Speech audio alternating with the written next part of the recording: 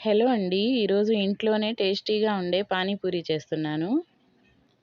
గిన్నెలో 1 కప్పు బొంబాయి రవ్వ, half cup మైదా, మీ రుచికి సరిపడా ఉప్పు వేసి బాగా కలిపి, నీళ్లు వేసి చపాతీ పిండిలా కలిపి 5 నిమిషాలు పక్కన పెట్టి, ఇప్పుడు చిన్న చిన్న ఉండలుగా చేసి పానీపూరి సైజులో అన్నీ మొత్తం ఒకేసారి చేసుకొని ఒక క్లాత్పై వేయండి.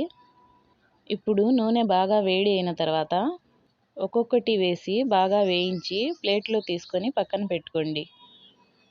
ఇప్పుడు మిక్సీ గిన్నెలో కట్ చేసుకున్న 2 పచ్చిమిరపకాయలు, పుదీనా, కొత్తిమీర, మీ రుచికి సరిపడా ఉప్పు, 1 spoon chaat masala, 1 spoon amchur powder, చిన్న నిమ్మకాయంత నానిన చింతపండు వేసి మిక్సీ పట్టిన పేస్ట్ని ఒక గిన్నెలో వేసి మీకు కావలసినన్ని వాటర్ వేసి కలిపి పక్కన పెట్టుకోండి. ఇప్పుడు ఉడికించిన బఠానీలో చిటికెడు పసుపు, 1 స్పూన్ కారం, హాఫ్ స్పూన్ ఉప్పు వేసి బాగా కలిపి, కట్ చేసిన ఉల్లిపాయలు, పుదీనా వాటర్ వేసి కలిపి మీకు నచ్చినట్టుగా సర్వ్ చేయండి.